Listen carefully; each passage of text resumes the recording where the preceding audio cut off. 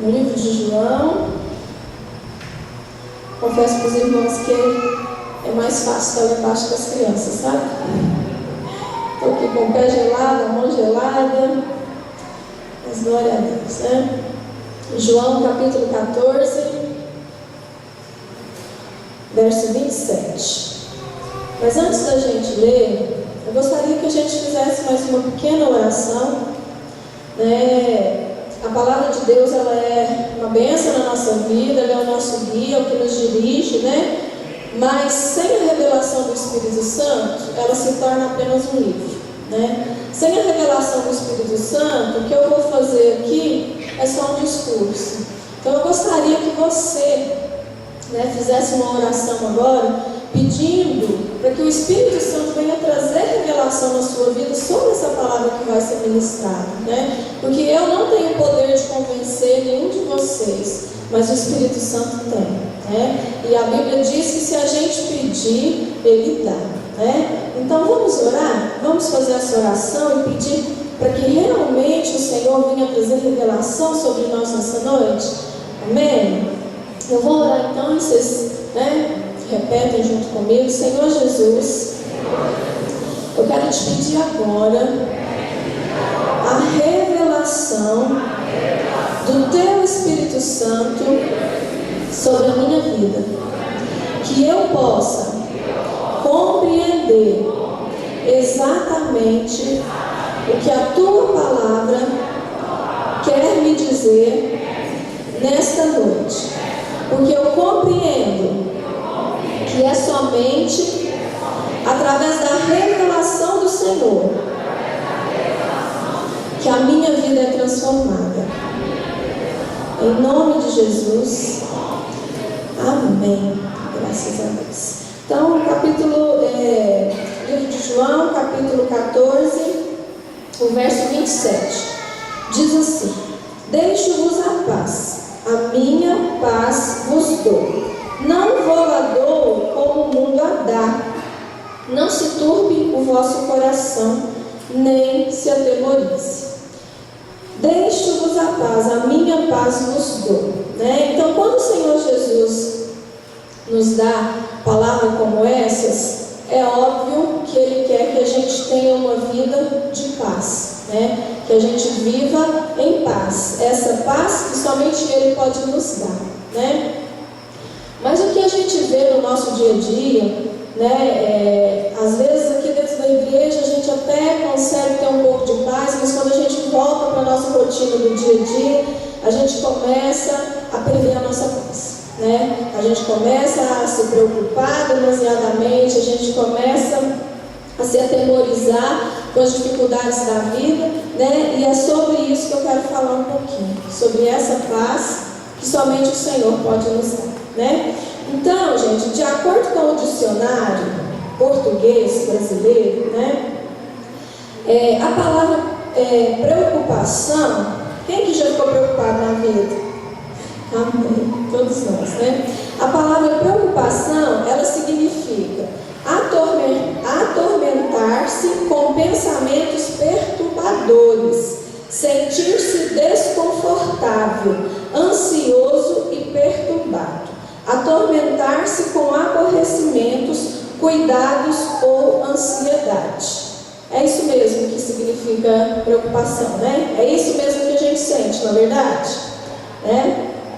Só que essa mesma palavra em inglês, ela tem um outro significado, que aí já não tem muito a ver com a condição mental ou emocional da gente, né? Então, em inglês, essa palavra preocupação, ela significa o ataque do cão a dentadas, laceração de sua presa, né? Então imagina, quem que já viu às vezes assim, um gatinho indefeso, e aí chega um cão, o cão abocanha esse gato e joga ele para lá e para cá até matar ele. Quem já viu essa cena? Creio que muitos, né? Então isso em inglês é o significado da palavra preocupação. Então, gente, preocupação, ela não é apenas uma coisa que nós fazemos com nós mesmos, mas ela é algo que o inimigo faz com a gente, né? Então, quando a gente está preocupado, né, diabo, que é esse tão feroz, é como se ele abocanhasse a gente, né, pelo pescoço e jogasse a gente para lá e para cá.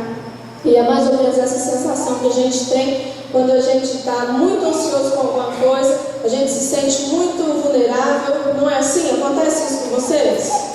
Acontece, né? Então, existe uma outra coisa que a gente faz também que se chama questionamento, né? E questionamento, o significado dela é o interminável revolver da mente em torno de uma situação, buscando conhecimento e entendimento, né? Então, o questionamento é quando você coloca algo na sua mente e aí você pensa naquilo, você volta a pensar, você deita pensando, você acorda pensando, ou seja, aquilo começa a revolver na sua mente. Você começa a ruminar, né? O que é ruminar? É quando o animal come, né? Aí ele engole, depois ele volta com aquilo, mastiga de novo para engolir de novo. E isso é questionamento, né? Ou seja, a gente começa a ruminar aquelas preocupações que vêm na nossa mente, né? Essa não é uma descrição de algo que acontece quando não é, na verdade, né? Algo que acontece quando a gente coloca algo na mente. Não é isso que acontece, né? A gente pensa, às vezes a gente tenta se livrar daquele pensamento, às vezes você está tentando ver uma televisão, você está tentando ler um livro, mas aí quando você vê, a sua mente já está longe, você está novamente pensando naquilo, você não está nem vendo o que está acontecendo à sua volta, né? Então isso se chama questionamento. Quando alguma coisa está nos incomodando e nós ficamos revolvendo em nossos pensamentos, procurando interminavelmente por algum tipo de resposta ou solução, né? Então, enquanto a preocupação na grande maioria das vezes, sem sentido e negativa, por quê? Porque a preocupação não produz nada de bom, né? Alguém já ficou muito preocupado com alguma coisa e por causa dessa preocupação conseguiu a solução? Alguém aqui já teve essa experiência? Não, por causa da minha preocupação, eu obtive a resposta desse problema meu. Já aconteceu? Não, né? Por quê? A preocupação, ela não produz nada de bom. E o questionamento, por sua vez, às vezes ele até parece algo positivo, né? Porque nessas idas e voltas dos pensamentos da nossa mente, a gente começa a achar que achou a solução, né? Aí, de certa forma, aquilo traz uma paz no seu coração, porque você pensa ali na sua mente que você conseguiu resolver aquele problema, né? Aí você pensa assim, não, mas eu vou fazer assim, eu vou na casa do fulano, vou conversar com ele vai me ajudar e vai ficar tudo bem. Aí você dá uma respirada.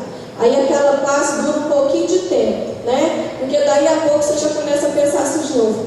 Nossa, mas se o irmão não puder fazer isso? Mas e se eu não estiver na casa dele? Né? Então, o questionamento também não é algo positivo, né? A gente começa a experimentar uma sensação de paz por causa desses pensamentos que a gente supõe, imagina que vai dar certo, né? Mas que na verdade não nos ajuda em quase nada, né? Só que no geral, essa paz não dura muito, porque estamos tentando resolver um problema dependendo do nosso próprio entendimento, ao invés de depender do Senhor, né? Aí você começa a questionar, a pensar ali na sua mente, e aí você começa a achar que você vai conseguir resolver o problema no seu entendimento próprio, ou seja, na força do seu braço. Eu consigo resolver, eu vou fazer, né?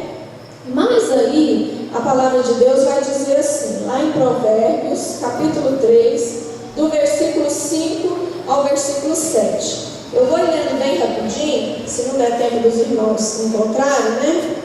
Para a gente ganhar tempo. Provérbios, capítulo 3, do versículo 5 ao 7, diz assim: confia no Senhor de todo o teu coração, e não estribes no teu próprio entendimento. Reconhece-o em todos os teus caminhos, e ele endireitará as tuas veredas. Não sejas sábio aos teus próprios olhos, tema ao Senhor e aparta-te do mal. Então, quando o escritor desse provérbio, né, quando ele escreveu, o que ele nos quis dizer? No versículo 7, né? Para não sermos sábios aos nossos próprios olhos. Ele quer dizer que não devemos pensar que temos a capacidade para resolver tudo o que está acontecendo na nossa vida, né? Nós não temos a capacidade de produzir as respostas para tudo que precisamos para viver vitoriosamente no mundo, né? Alguém aqui tem resposta? Vem um problema, você não, já tem a resposta. Vem outro problema, eu tenho a resposta. Alguém tem?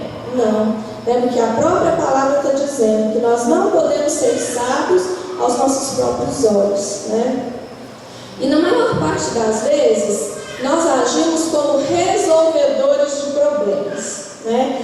Não é suficiente saber o que Deus está fazendo. Nós precisamos saber também como que Ele está fazendo, né? Por exemplo, se o Senhor fizesse alguma coisa que a gente não esperasse que fosse acontecer, né? Aí você vai querer saber como que Ele fez, o que Ele fez, quem que Ele usou, né? Vou dar um exemplo. Vamos supor, gente, fica esperto aí, recebe a bênção. Vamos supor que Deus usa um irmão abençoado e ele descobre lá a sua conta no banco e ele deposita para você de forma anônima 100 mil reais na sua conta. Amém? Aí você vai receber a bênção, né? Você foi lá do banco, viu que Deus usou alguém para te abençoar. Você fica muito feliz, né? Você fica muito feliz com aquele presente de Deus, né? Deus sabe de todas as suas necessidades, mas aí a gente começa a achar que a gente é esperto demais. E às vezes, ao invés de usufruir dessa bênção, a gente começa a pensar na nossa cabeça: mas quem será que foi? Quem será? Quem será que fez? Eu acho que foi o André. Foi o André, eu tenho certeza que foi o André, sabe por quê? Ele me olhou diferente lá na igreja hoje. Não, foi ele mesmo. Mas por que será que ele fez isso? De onde será que ele tirou esse dinheiro? Não é verdade? A gente não gera um monte de questionamento porque a gente acha que é esperto demais e vai descobrir por quê, né? A gente quer questionar com Deus, né? Por que ele fez isso? Quem que ele usou? Como que foi? Você vai lá no banco, você tenta descobrir lá, você puxa o histórico da sua conta, você tenta descobrir quem foi que te abençoou. Por quê? A gente quer descobrir, né? A gente quer ter o controle de tudo que acontece na nossa vida, né? Ou seja, mais uma vez, o questionamento. Aí o que a gente faz? A gente gasta tempo, energia, aí você já começa a se preocupar com quem foi que te abençoou, ao invés de usufruir daquela bênção, né? Achando que consegue controlar tudo o que acontece na sua vida. Mas aí depois de um tempo, aí Deus permite você saber quem foi que te abençoou. Aí não foi o André. Aí você estava até tratando o André melhor por causa disso, porque você tinha certeza que tinha sido ele que tinha te abençoado. Mas aí, num belo dia, o Senhor permite você saber que não foi o André, foi o Felipe. E você mal cumprimentava o Felipe, mas você achava, tinha certeza que tinha sido outro irmão, né? Então, aí a gente fica, né, na maior cara de tacho, porque, nossa, mas eu tinha certeza, como assim? Como que eu nem suspeitei, né? Porque a gente acha que tem o controle de tudo. Não é verdade? Ou isso não acontece com vocês? Verdade, né? Então é isso que o escritor de Provérbios está dizendo, né? Ele está nos ensinando nessa passagem que nós que não devemos andar no nosso próprio entendimento. Porque às vezes, gente, a gente acha que sabe de tudo, mas a gente na verdade não sabe de nada, né? Deus é que sabe de todas as coisas. E o que nós precisamos, né, aprender é não andar no nosso entendimento próprio, mas a depender do Senhor, a esperar no Senhor, a confiar no Senhor, né?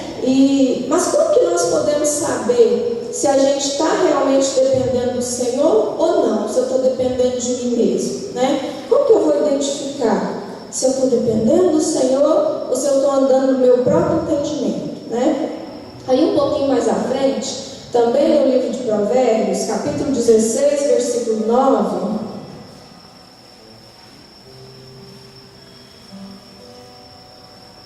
Provérbios capítulo 16, versículo 9, diz assim: o O coração do homem traça o seu caminho, mas o Senhor lhe dirige os passos, né? Então, o que acontece? A gente faz planos, não faz? Você não planejou estar aqui hoje? Você não se organizou para estar aqui hoje? Né? Então, é sábio a gente planejar, não é verdade? Né? Então, a gente planeja e aí a gente vai trabalhar em cima desse planejamento que a gente fez, né? Entretanto, o que nos é dito aqui nessa palavra é que é o Senhor e não o nosso planejamento que traz o sucesso. Então, o que ele está dizendo aqui? O coração do homem traça os planos, o caminho, mas o Senhor que nos dirige os passos, né? Então, o nosso sucesso não vai ser porque eu fiz um planejamento. O meu sucesso vai ser porque eu caminhei nessa direção do Senhor. É isso que Salomão está dizendo aqui, né? Então, onde que está o equilíbrio disso, né? Então, se é sábio eu planejar, eu vou planejar? Eu não vou planejar? Como assim? Porque se eu planejar, na verdade o que vai funcionar é a vontade do Senhor, não é a minha. Então, como que eu vou entender isso? Como que eu vou aplicar isso na minha vida, né? Então, nós sabemos que nós não conseguimos fazer nada se a gente não tiver um plano, né? Lá em Efésios 5:17 diz assim: por esta razão não vos torneis insensatos, mas procurai compreender qual é a vontade do Senhor, né? Então, sem um plano, a gente não terminaria a escola, a gente não entraria no trabalho, a gente não se casaria, a gente não teria filhos, na verdade. A gente ia, não vou planejar casar, não. Fui lá na igreja, não, gostei de uma menina lá, vamos casar. Não é assim que acontece, Por exemplo, você está no seu trabalho, eu não planejo tirar férias. Não, trabalhei até na hora do almoço, não vou voltar mais não, vou tirar férias agora. Alguém faz isso? Não. Então, a nossa vida, ela é toda feita por um planejamento, né? Você planeja a hora que você vai levantar, a hora que você vai almoçar, o que você vai fazer no seu dia. E a nossa vida toda é dirigida por essa organização que a gente faz, né? Só que, então não há discussão. Nós precisamos mesmo nos planejar. É necessário, né? Haver esse planejamento, senão a nossa vida seria um caos, né? Só que o problema não está no planejamento. O planejamento, ele é necessário, né? O problema está na nossa preocupação e no nosso questionamento. Que muitas vezes essa preocupação e esse questionamento, ele atrapalha todo o nosso planejamento, né? Eu vi um ditado da Joyce Meyer, ela disse assim: o excesso é o parque de diversão do diabo. Vamos repetir, para vocês não esquecerem isso? O excesso é o parque de diversão do diabo, né? Então, o nosso problema não é o planejamento normal, mas o planejamento excessivo. Porque o que é mesmo o excesso? Parque de diversão do diabo, né? Então, quando a gente excede, eu sou o parque e o diabo está se divertindo às minhas custas, por causa do meu excesso, né? Então, qualquer coisa que estiver fora de equilíbrio, né, que estiver em excesso, ele vai te trazer um problema, ele vai se tornar um problema. Se você dorme demais, você vai ter um problema. Se você come demais, você vai ter um problema. Se você trabalha demais, você vai ter um problema. Todo excesso te traz prejuízo. E aí o diabo fica lá, morrendo de rir, se divertindo, né? E a gente proporcionando essa diversão para ele, porque nós nos tornamos um parque, né, de diversão para ele se divertir. E muitas vezes, gente, a gente se envolve tanto, né, em planejar, em administrar. A gente quer cuidar assim, de cada vírgula da nossa vida, né? Você não quer que nada falta na sua casa. E porque você tem que trabalhar, porque você tem que ganhar dinheiro, você tem que sustentar a sua casa, né? Principalmente para os homens, né, que entenderam esse princípio do sacerdócio, essa responsabilidade. E às vezes a gente se perde no meio de tantas obrigações e a gente começa a exceder. E quando a gente excede, a gente deixa de desfrutar daquilo que o Senhor tem para nós. Você deixa de desfrutar da sua família, você deixa de desfrutar dos seus filhos, você deixa de desfrutar da sua esposa ou do seu marido, você deixa de desfrutar até do seu dinheiro que você trabalhou para ganhar. Você deixa de desfrutar por quê? Por causa do excesso. Excesso, né, de qualquer coisa que você estiver fazendo, que estiver fora de equilíbrio, isso vai te trazer prejuízo. Então nós precisamos nos lembrar, cada vez que você se sentir frustrado ou confuso, né, é um sinal que você está fora da graça e dentro das obras. Vou explicar, né? Então, quando eu estou dentro da graça, graça é uma pessoa, né? A pessoa do Senhor. Ela é muito mais do que favor imerecido. Então, você estar debaixo da graça é você agir assim: o Senhor faz, o Senhor vai fazer por mim, Ele vai me dirigir, Ele vai preparar para mim. Por quê? Porque eu estou debaixo da graça, né? Mas se eu estou debaixo das obras, eu estou fazendo na força do meu braço, no meu próprio entendimento, né? Então é impossível a gente estar um pouquinho debaixo da graça e um pouquinho debaixo das obras. Não tem como. Ou você está na graça ou você está nas obras. Então, graça é o Senhor que vai fazer por você e através de você. E obras é quando você mesmo pega e faz, e tenta achar um jeito, e tenta achar uma saída, né? E procura daqui, procura dali. Isso é obra. Então, quando você saiu debaixo da graça, quando você entrou no nível das obras, é sinal de que você saiu do nível do planejamento e da preparação e você entrou no nível da preocupação e do questionamento. Então, se eu estou no nível do planejamento e da preparação, eu ainda estou debaixo da graça. Mas se eu sair desse nível e passo para o nível da preocupação e do questionamento, então eu saí da graça, né? O Senhor não pode fazer mais nada por mim. Por quê? Eu estou tentando fazer do meu jeito, na força do meu braço, no meu próprio entendimento, né? Então, quando você tiver um problema na sua vida, isso acontece quase todos os dias, né, gente? Com o qual você não está sabendo lidar, o que você precisa não é de cálculo e de questionamento, né? Você precisa de graça, né? Se você não consegue enxergar soluções para o seu problema, então você precisa que o Senhor revele a você o que você deve fazer para resolver aquele problema, né? Quanto mais você se preocupar e questionar, mais você ficará aflito, né?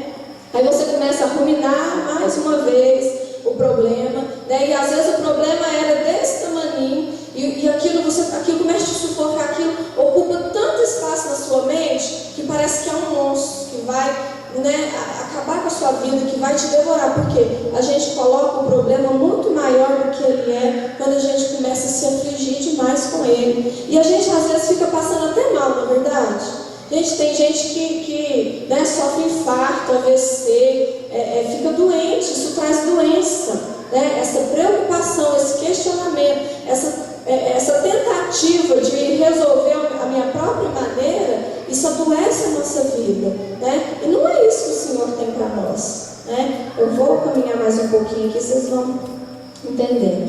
E quanto mais eu enxergo, eu olho para esse problema, né, e ele se torna um monstro, menos possibilidade de enxergar a solução para ele eu vou ter. Porque nada que você fizer, você vai achar que será suficiente para você resolver aquilo, né? Então a gente precisa nessa hora começar a ouvir o Espírito Santo, porque esse é o papel dele, né?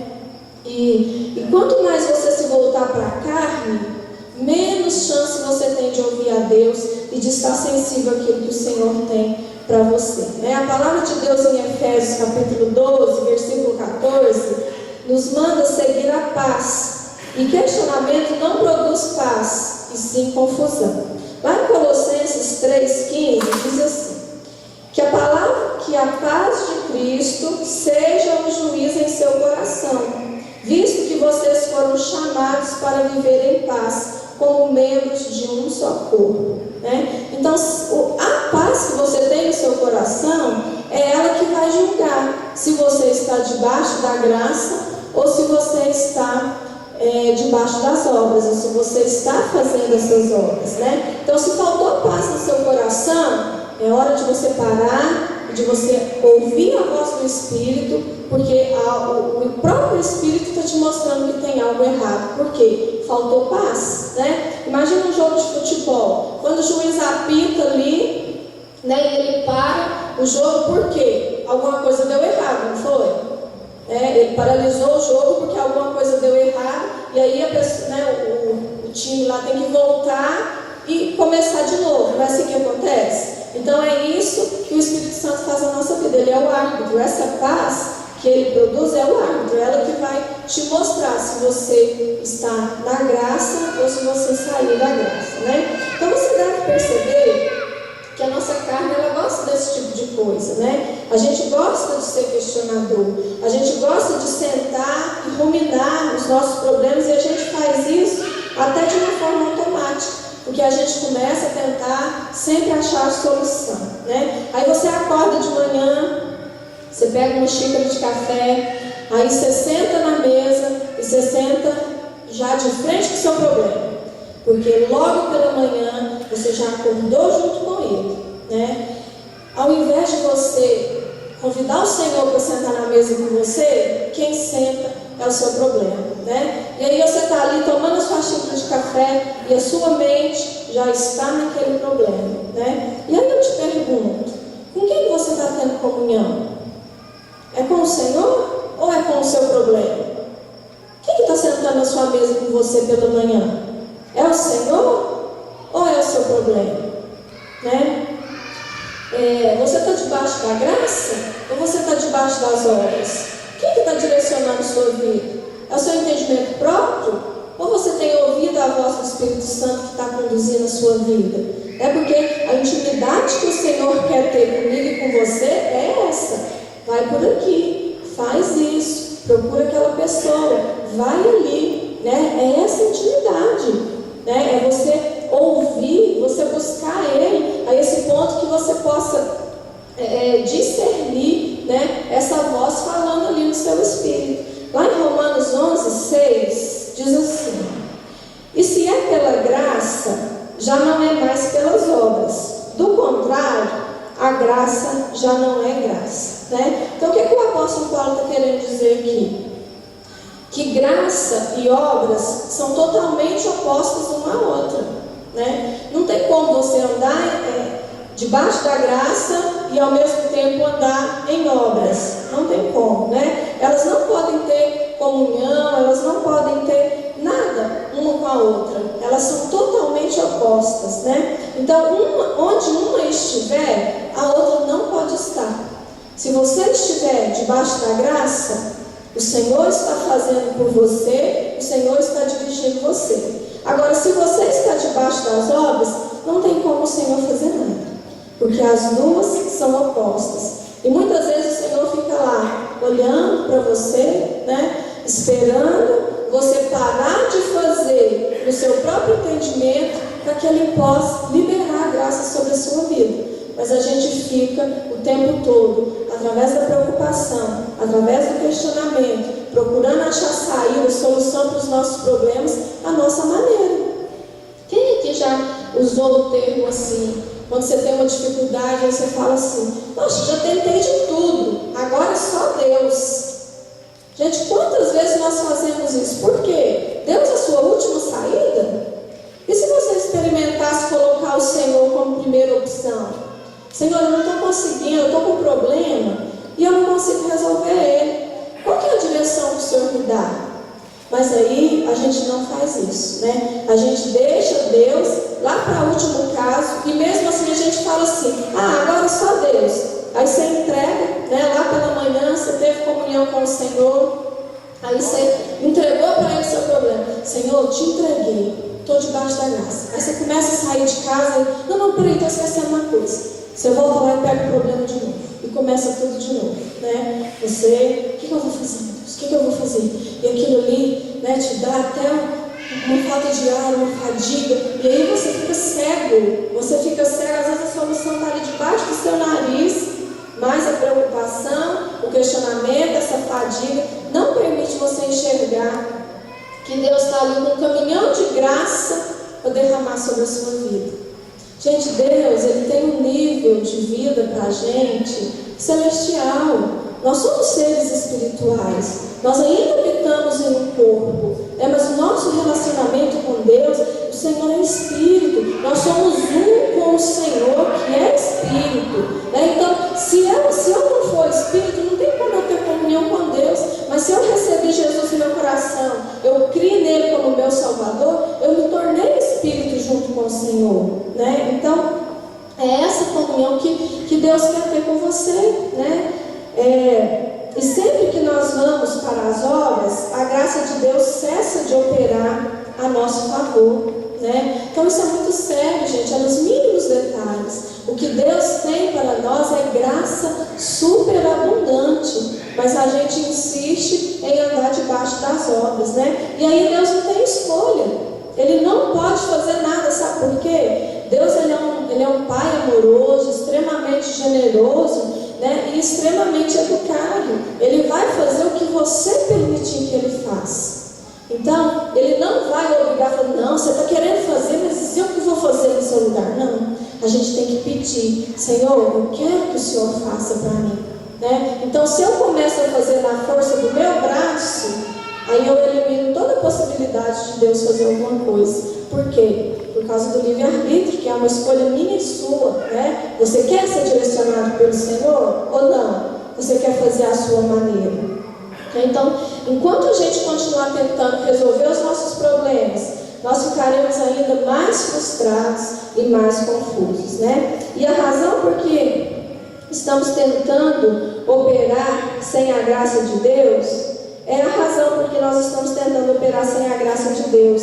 E isso nisso você jamais será bem sucedido, Tudo que você fizer fora da graça, o risco de erro é grande demais. Você pode até conseguir algumas coisas, sabe por quê? O diabo ele quer enganar a gente. Ele quer dizer para você que você consegue fazer sozinho. Ele quer que você pense isso. Então algumas coisas você vai até conseguir fazer, Mas na maioria das vezes a gente não vai obter sucesso, E o que a gente mais vê hoje, são pessoas frustradas, pessoas confusas, pessoas que não sabem, nem para onde ir, onde buscar a solução. Quem aqui conhece pelo menos alguém, que está com dificuldade, que está com problema e não sabe a solução? Pelo menos uma pessoa você conhece? Não vou dizer que é você, Pessoas que precisam de ajuda e que não têm resposta.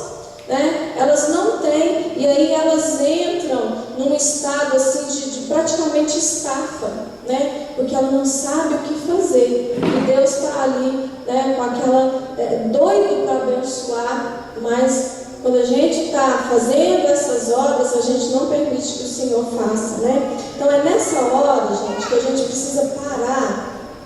Quando você perceber que está te faltando paz, quando você perceber que essa preocupação está ocupando espaço demais na sua mente, então é hora de você parar e pedir o discernimento do Senhor, Porque o discernimento não é uma coisa da nossa cabeça, O discernimento é algo do coração, é algo do nosso homem interior, Então discernimento é a sabedoria de Deus para a situação de qualquer problema na sua vida. Isso é discernimento, sabedoria de Deus para você resolver qualquer situação na sua vida. Quem aqui não gostaria de ter discernimento em todas as coisas? O que é discernimento? Sabedoria de Deus para você resolver qualquer problema na sua vida. Isso é discernimento, é um conhecimento espiritual, Não é da nossa cabeça, a gente não produz discernimento. É o Senhor quem faz isso na nossa vida. Sabe aquela situação assim que você parou para analisar e aí, clim, te deu uma ideia ali e era exatamente aquilo que você precisava? Isso é discernimento, Mas você precisa buscar em Deus, Se eu tenho um problema, eu não preciso tentar resolver. O que eu preciso é de discernimento, Eu preciso ouvir o Senhor, eu preciso da palavra do Senhor, eu preciso que Deus me mostre o que fazer. Então esse é o nosso trabalho, é entrar no descanso, né? Nosso trabalho, tem uma música que fala: o meu trabalho é descansar no Senhor. É exatamente isso. O seu trabalho é parar, ouvir a direção do Espírito Santo e aí você executar, né? O Pai, o Filho e o Espírito Santo, eles agem em conjunto para nos ajudar. Deus é o Criador, né? Jesus é o que? Jesus é a palavra. Jesus é a palavra declarada. E o Espírito Santo, quem que ele é? Ele é quem executa essa palavra declarada, né? Que Deus criou. Então é isso que Deus quer ter com você, essa comunhão, né? Deus vai criar a situação, né? Através da palavra de Deus, de Jesus, que é o Verbo vivo. Essa palavra é declarada e o Espírito Santo executa. E quem que vai declarar essa palavra? Eu e você, que somos semelhantes a Jesus, né? Então, nós precisamos buscar esse entendimento, ao invés de ficar batendo cabeça por aí, né? A gente pode se livrar de tantas situações difíceis com tanta facilidade se a gente aprender a ouvir o Espírito Santo, né? E isso é um hábito que a gente cria na nossa vida. A gente precisa, né, se livrar desses maus hábitos. E o que é esse mau hábito? Querer resolver do meu jeito, achar que eu tenho controle. A gente tem muita dificuldade, às vezes, de confiar, né? Se eu peço para o Jimmy para ele fazer algo para mim, aí eu peço, mas ali no fundo eu estou morrendo de preocupação. Será que ele vai fazer direito? Será que ele vai comprar do jeito que eu quis, a cor que eu quis, do tamanho que eu precisava? Né? Porque a gente não confia. E a gente faz a mesma coisa com o Senhor, né? A gente tem dificuldade de entregar 100% na mão dele. A gente entrega, mas fica lá pendurado, segurando, né? Não, porque se ele não fizer, eu vou saber o jeito de fazer. Porque a gente acha que sabe alguma coisa, né? Então, enquanto a gente não desistir desse questionamento e dessa preocupação, a gente não vai ter o discernimento do Senhor, né? Porque a preocupação e o questionamento, eles não podem ocupar o mesmo espaço dentro de você junto com o discernimento. Então, ou você vai estar em um nível, ou você vai estar em outro. Ou você vai estar preocupado naquela sofrência, né, por causa da situação, ou você vai estar buscando e recebendo o discernimento do Senhor para a solução daquele problema. E é você que tem que se livrar disso, né? É só você que pode falar: Senhor, eu não quero ficar preocupado, me ajuda, eu não estou conseguindo entrar na graça, debaixo da graça, mas é aqui que eu quero estar, né? Hoje pela manhã, o Senhor me permitiu um teste, bem diante dessa palavra, né? Eu acordei e sentei na mesa com o meu problema, com a minha dificuldade. E eu comecei a pensar naquilo, né? E aí você já começa a ficar meio desequilibrada por dentro, né? E eu pensando como eu vou fazer, como não, eu vou falar com o marido, e ele vai fazer isso, porque ele tem que fazer isso, porque tem que ser hoje, não pode ser amanhã, tem que ser agora. E aí, quando eu falei assim: Deus, tem misericórdia. Tem misericórdia da minha vida. Eu não aceito tá querendo fazer do meu próprio jeito. Me ajuda a entrar na graça, Senhor, porque eu não estou conseguindo. Mas eu quero, eu já entendi. Então me ajuda a entrar debaixo dessa graça e crer que o Senhor vai fazer algo por mim. O Senhor vai me mostrar o que fazer, né? E aí eu fui pedindo ao Senhor. Quando eu vi, eu já tinha esquecido daquela situação, né? Deus permitiu que eu tivesse um teste, né, antes de ministrar essa palavra. Por quê? Né? Eu tenho que viver aquilo que eu falo, né? Então eu preciso também disso, dessa graça, né? E às vezes eu estou lá e falo: Senhor, ai, me dá graça, Senhor, me dá graça, cadê sua graça, né? Eu preciso dela, ela é uma pessoa, então você pode pedir por ela, né? Então, se você está frustrado ou confuso, né, esse é um sinal que você tem se excedido. E o que é o excesso mesmo? Então, se você está preocupado demais, né, se tem algo aí afligindo seu coração, e para onde você vai, você está carregando isso com você, é sinal que o diabo está se divertindo às suas custas. É sinal que ele está lá, né? Na montanha russa, né?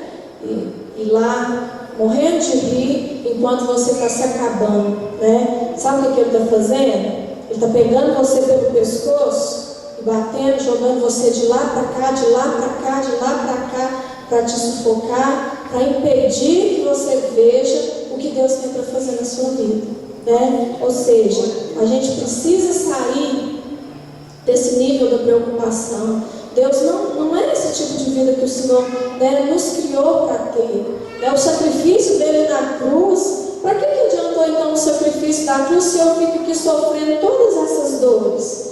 Porque eu ainda não entendi, né, qual que é o benefício da cruz sobre a minha vida. Depois da cruz, tudo é diferente. Você não precisa mais fazer. O Senhor vai fazer através de você. Não é você deitar lá na sua cama e pensar, agora eu não vou nem trabalhar mais, porque eu não preciso fazer nada, Deus vai fazer tudo, né? O seu trabalho é buscar essa direção de Deus e você fazer a vontade de Deus, que a vontade de Deus é boa, agradável e perfeita, né? E às vezes a gente fica numa briga, numa luta interior, porque a gente acha que a vontade do Senhor vai ser sacrifício para a gente.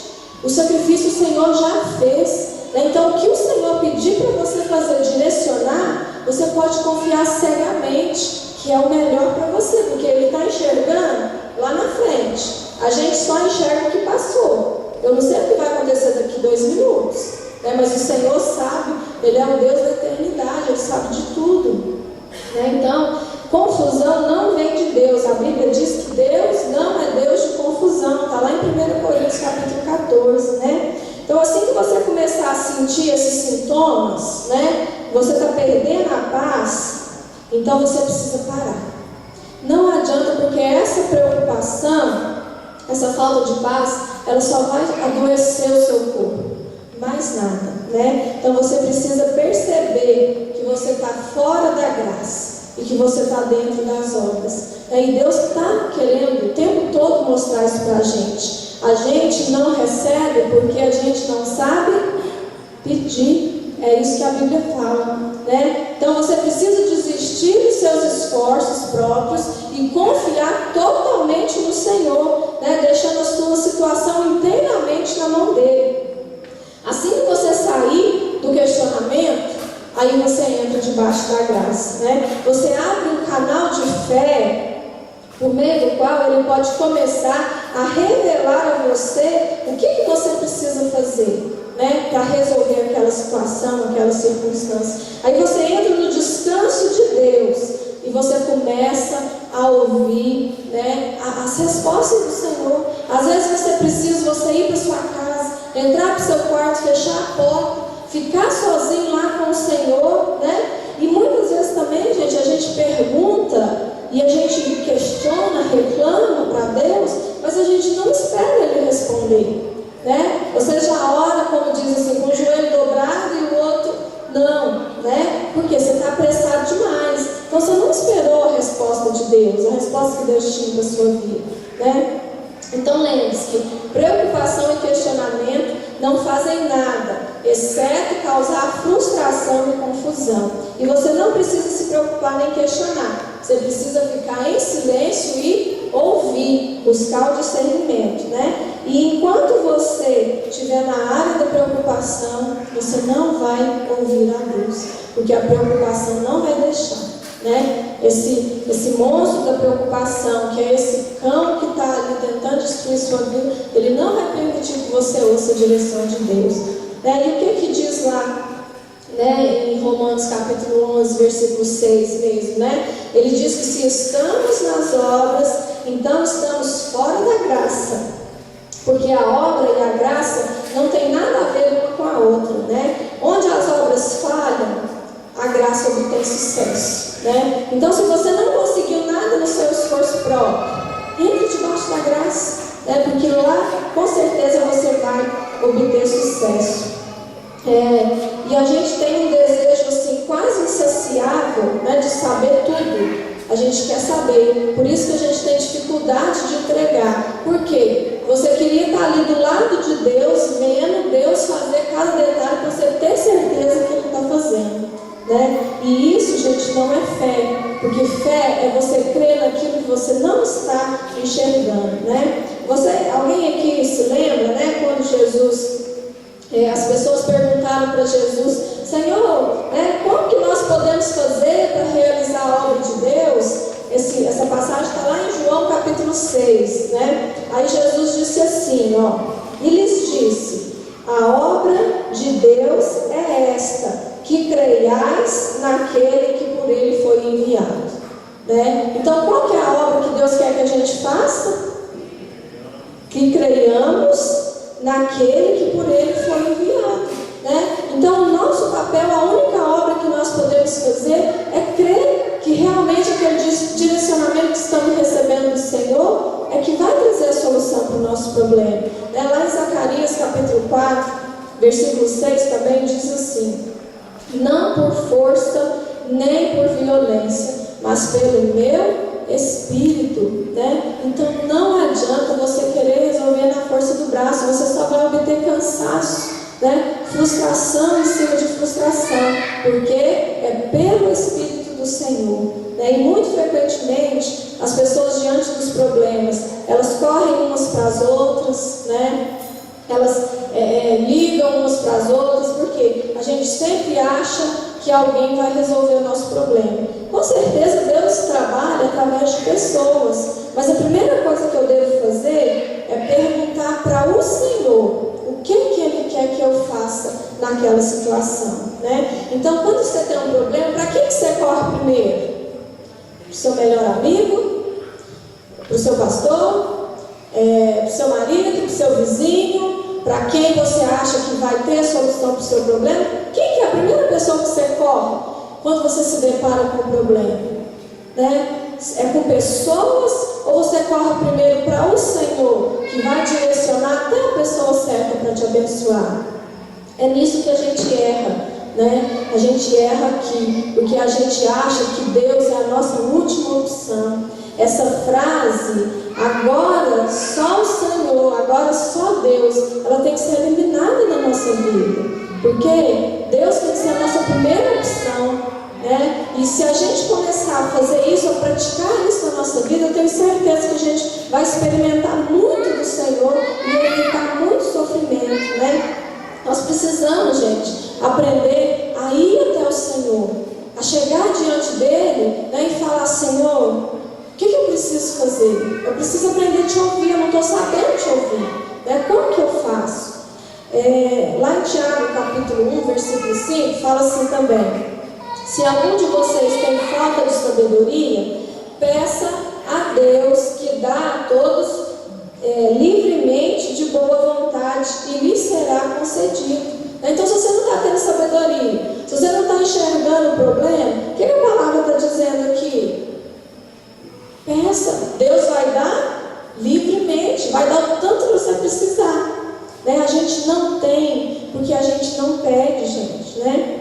Então, tudo que você precisa, tudo, exatamente tudo que você precisa, o Senhor já conquistou para você. Isso já está liberado sobre a sua vida. Nós precisamos compreender que a gente precisa desse relacionamento com o Espírito Santo, para a gente poder andar debaixo dessa graça, com essa paz interior, né? O Senhor Jesus, Ele dependeu do Espírito Santo em tudo. Se você for ler lá, né, a história, você vai ver que para Jesus ser concebido, Ele precisou de quem? Do Espírito Santo, que veio sobre Maria, né? Os milagres só começaram a acontecer depois que Jesus foi batizado e o Espírito Santo desceu sobre ele. Somente após a descida do Espírito Santo é que Jesus começou a operar milagres, né? Então, o Espírito Santo, gente, ele é fundamental na nossa vida, né? Se o próprio Jesus era Deus, ele veio como homem, né? E por que ele conseguiu fazer tudo o que ele fez? Porque a dependência dele não estava na sua própria força. A dependência dele estava no Espírito Santo, né? Então, é isso que o Senhor que nós poderemos fazer coisas maiores ainda do que Ele fez. Mas não nós, eu, Dejane, né? É o Espírito Santo através da minha vida, né? O sacrifício de Jesus na cruz, depois da cruz, né? Você recebeu o favor de Deus. A gente aprendeu com o pastor Azemar, foi uma bênção, né? E muitas vezes a gente declara assim: eu sou favorecido, né? Mas isso não pode ser só uma frase de efeito na nossa vida. Isso realmente, a gente tem que realmente estar debaixo desse favor, né? Eu preciso sair das obras e eu preciso entrar na graça. E a gente vê isso na palavra de Deus. Por exemplo, a vida de Pedro. Pedro era um homem que ele queria resolver tudo no braço, né? E aí os soldados chegaram lá para prender Jesus. O que Pedro fez? Deixa que eu resolvo. Foi lá e cortou a orelha do soldado. Aí Jesus pegou a orelha, né? Foi lá e colou de volta. Não é assim, Pedro. Não é assim, né? E aí quando Jesus estava prestes a ir para a cruz, aí Pedro virou e falou assim: Senhor, eu estou pronto. Eu estou pronto para ir com o Senhor até para morrer. Está pronto nada, né? Aí Jesus falou assim: Pedro, você não sabe de nada.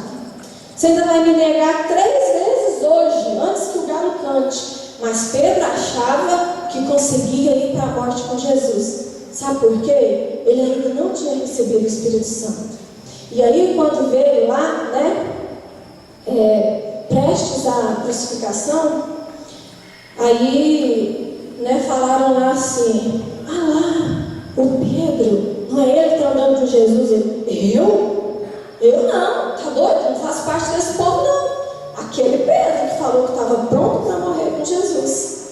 Esses somos nós, né? Sem a direção do Espírito Santo, nós somos esse Pedro que quer resolver e fazer a nossa maneira. Mas aí, né, Jesus falou assim, depois da morte dele, ele falou que era para os discípulos irem lá para um determinado lugar e ficar lá até eles serem revestidos de poder. E o que aconteceu com Pedro? Depois que o Espírito Santo desceu sobre eles, a primeira pregação de Pedro, houve 3.000 conversões e 3.000 batismos.